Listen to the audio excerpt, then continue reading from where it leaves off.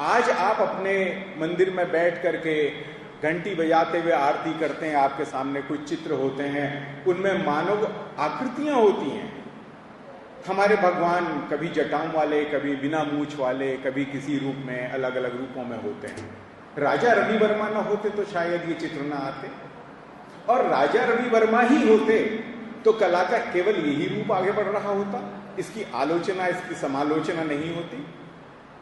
तो मुझे लगता है कि जब मनुष्य मस्तिष्क इकट्ठा होकर के सोचना शुरू करता है, जब ब्रेनस्टॉर्मिंग होती है, जब मेल्टिंग ऑफ माइंड होते हैं, जब मेल्टिंग ऑफ थॉट्स होती है, तो नए तरह के विचारों का प्रस्फुटन होता है। ये है इतिहास के प्रोफेसर गिरिजा पांडे।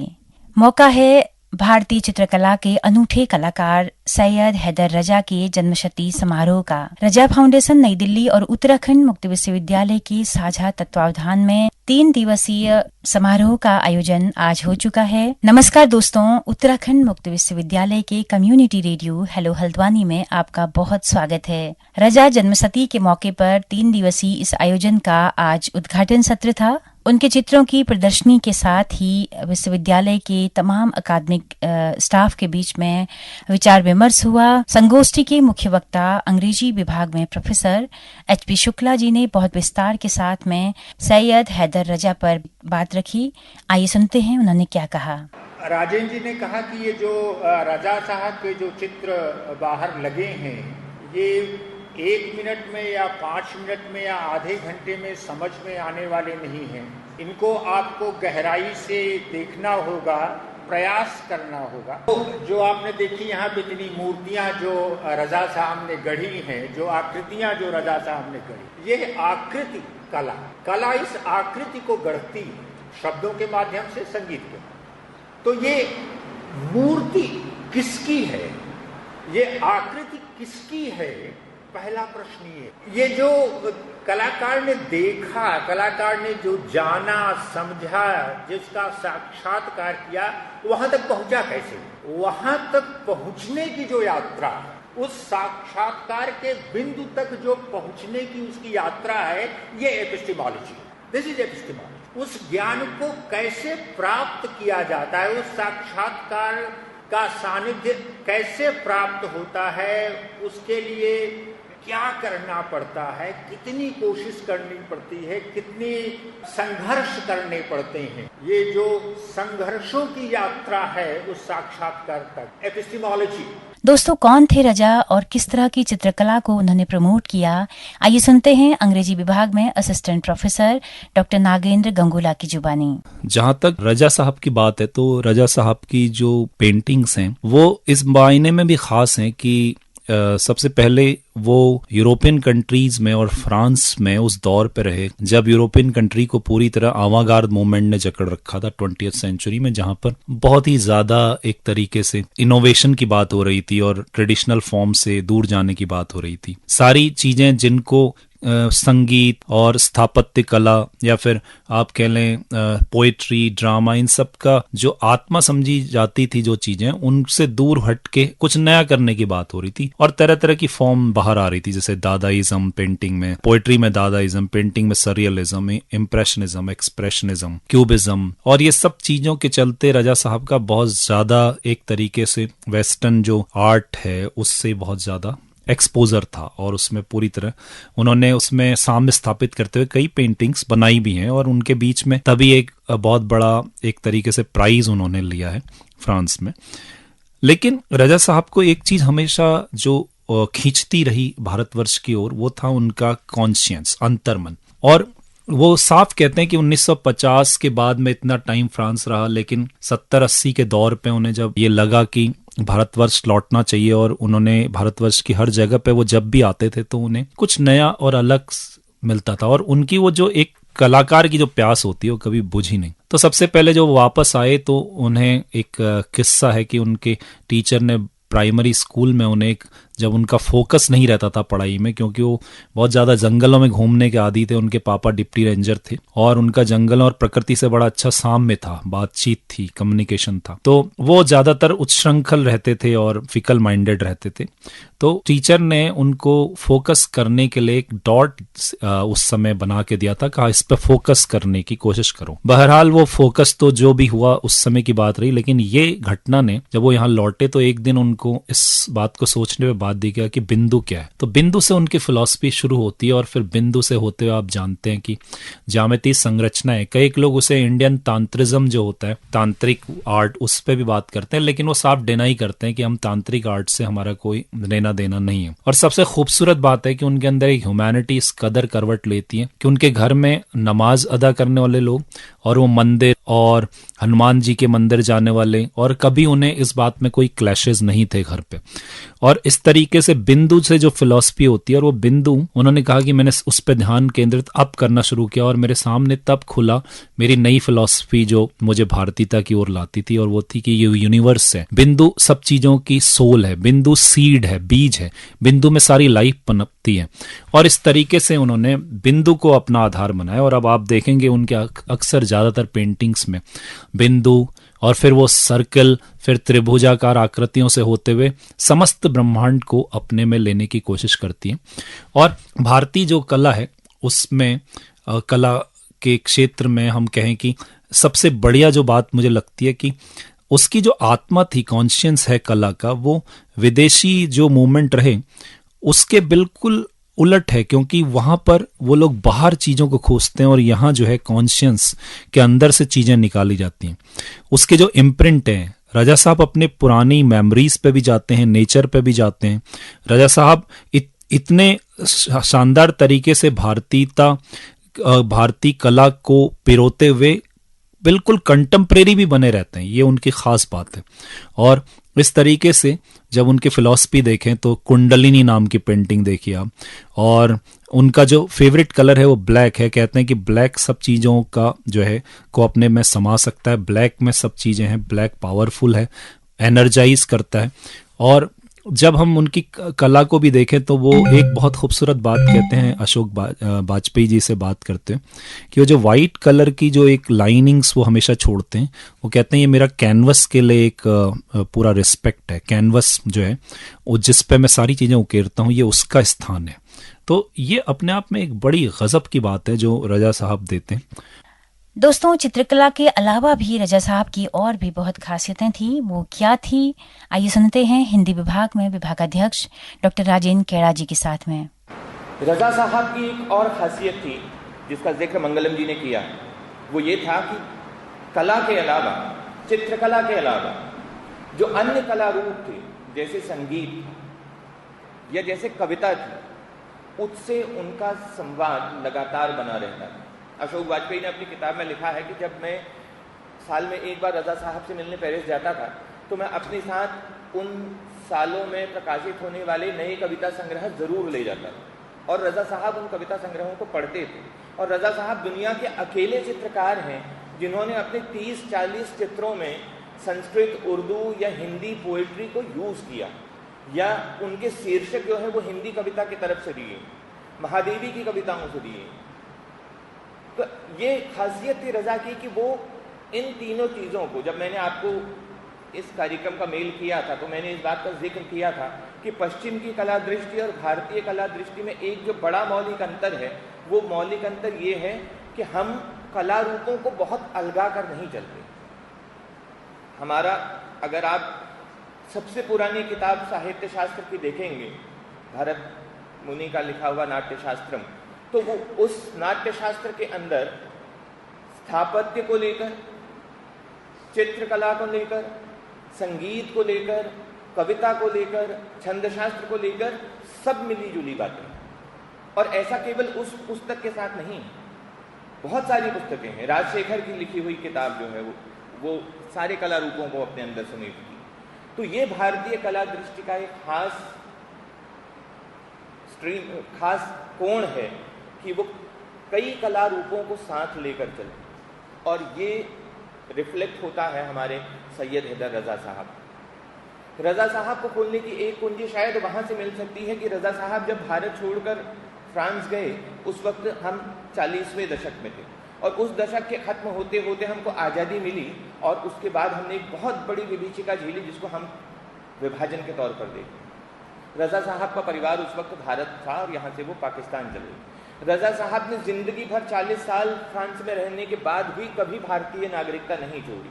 तो ये वो लगाव था जो रजा साहब इस धरती से बनाए रखते थे। अपनी जीवनी में रजा साहब ने लिखा कि हम डेली हनुमान मंदिर जाते थे और रामचरितमानस भी पढ़ते थे और हमारे पिता जो कि 5 वक्त के नमाजी थे उन्होंने कभी इस बात को लेकर हमको नहीं डांटा। तो ये वो सह संबंध था अपने समाज से जो रजा साहब की पेंटिंग में दिखता है, साहित्य को लेकर, कला को लेकर, संगीत को लेकर, अपने समाज को लेकर। और रजा साहब के बेचैन चित्रों में आप भारत का विभाजन ढूंढ सकते हैं। 40 के दशक में जब रजा साहब यूरोप गए तो वहाँ द्वितीय विश्व युद्ध शुरू हुआ था और वो बेहद तंगहाली में वहाँ रहे थे, तो वो बेचैनी भी उनके चित्रों में आप ढूंढ सकते हैं। तो ये कुछ कोण है जहाँ पर से खड़े होकर आप सैयद हैदर रजा को देख। रजा फाउंडेशन की शुरुआत क्यों की गई है, इस पर विस्तार से बता रहे हैं हिंदी विभाग में असिस्टेंट प्रोफेसर कुमार मंगलम। सैयद हैदर रजा जो भारत के मूर्धन्य चित्रकार थे, उनकी स्मृति में उनकी इच्छा के अनुसार कलाओं, साहित्य और संगीत विधाओं के उन्नयन के लिए एक संस्थान का निर्माण किया गया रजा साहब की इच्छा के अनुरूप, क्योंकि वो चित्रकला के साथ साथ साहित्य और संगीत के गहरे अध्येता थे और उन्हें बार बार यह महसूस होता था कि अपने विधाओं से इतर अन्य कला माध्यमों में क्या लिखा जा रहा है, इससे उनकी गहरी संलग्नता थी और वे अपनी इस इच्छा को साकार करने के लिए अपने आय से संबंधित सभी मूल्यों को एक इकट्ठा करके रजा न्यास की स्थापना की। आज रजा न्यास साहित्य, संगीत और कलाओं के लिए एक स्वतंत्र उपक्रम है जो हमारे सामने इस तरह के आयोजन देश भर में करता है।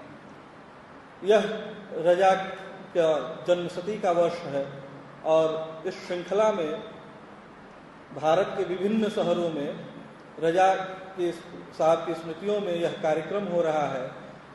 इससे पहले बनारस में, लखनऊ में, भोपाल में, नई दिल्ली में, भारत के विभिन्न शहरों में इस तरह के कार्यक्रम आयोजित किए गए हैं। इस क्रम में उत्तराखंड मुक्त विश्वविद्यालय एवं रजा न्यास के संयुक्त तत्वावधान में रजा शिखर का यह आयोजन किया जा रहा है। रजा साहब का एक मैं संक्षिप्त जीवन परिचय दे देता हूँ। इनका पूरा नाम सैयद हैदर रजा है। आधुनिक भारतीय कला शिखरों में ये मूर्धन्य हैं। सूजा, हुसैन, रामकुमार, भूपेन खक्कर, अकबर पदमसी, तैयब मेहता, केजी, अंजलि मेनन इत्यादि इनके समकालीन चित्रकार हैं जिन्होंने भारतीय परिदृश्य पर कला के भारतीय परिदृश्य को विश्व परिदृश्य के साथ एकाकार किया। 22 फरवरी 1922 को बाबरिया बनग्राम मध्य प्रदेश में रजा साहब का जन्म हुआ था। प्राइमरी शिक्षा मंडला एवं दामोह मध्य प्रदेश में हुआ और इन्होंने कला की विधिवत शिक्षा नागपुर स्कूल ऑफ आर्ट्स और जे स्कूल ऑफ आर्ट बम्बई से ली। बाद में इन्हें पेरिस फ्रांस में जाने का मौका मिला।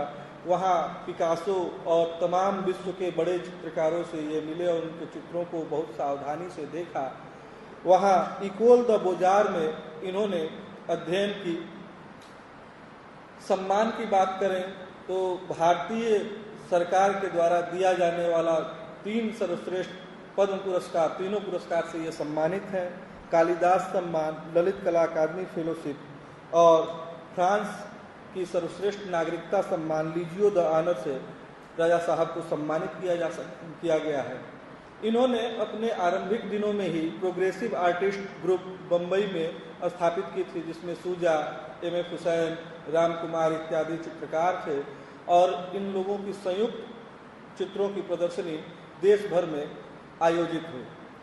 बाद में रजा न्यास जो नई दिल्ली में अवस्थित है, ये 2 संस्थाओं का इन्होंने अपने जीवन में निर्माण किया। 23 जुलाई 2016 को भारत में ही, क्योंकि ये बहुत दिनों तक फ्रांस में रहे, लेकिन अपने जीवन के उत्तर जीवन में ये भारत आ गए थे और 23 जुलाई 2016 को नई दिल्ली में इनका निधन हुआ और समाधि इनकी मंडला में है, जहाँ से ये शुरू इन्होंने अपने जीवन को किया था। अपने गांव के आसपास से इनकी समाधि बनी। नर्मदा से सीन तक जो सैयद हैदर रजा की जीवन यात्रा रही, वह बेहद उल्लेखनीय है, जो उनके चित्रों में अभिव्यक्त होती रही है। दोस्तों, उद्घाटन सत्र के इस संगोष्ठी समारोह में हिंदी विभाग में assistant professor doctor Anil Karki ने बहुत विस्तार के साथ में रजा के बहाने तमाम रंगों पर बात की और साथ ही असिस्टेंट प्रोफेसर दिव्या तंवर ने चित्रकला के तमाम सारे लोक के जो फॉर्म्स हैं उन पर बात की है और बहुत शानदार ये गोष्ठी रही। और कार्यक्रम के अंत में कार्यक्रम की अध्यक्षता कर रहे इतिहास विभाग में प्रोफेसर और मानविकी विद्या शाखा के निदेशक प्रोफेसर गिरिजा प्रसाद पांडे ने बहुत विस्तार के साथ में सैयद हैदर रजा पर बातचीत रखी। आइए सुनते हैं प्रोफेसर गिरिजा पांडे को। आज ज्योतिबा फुले का जन्मदिन है, जिसने सामाजिक रूपांतरण के लिए अपने जीवन को सामाजिक न्याय की विमर्श को आगे बढ़ाने के लिए जीवन पर्यंत कार्य किया। और एक ऐसा कलाकार जो समाज में अपने तरीके से मनुष्य की विकास यात्रा को अभिव्यक्त करता है, उसको हम याद कर रहे हैं इस जन्मशती के अवसर पर।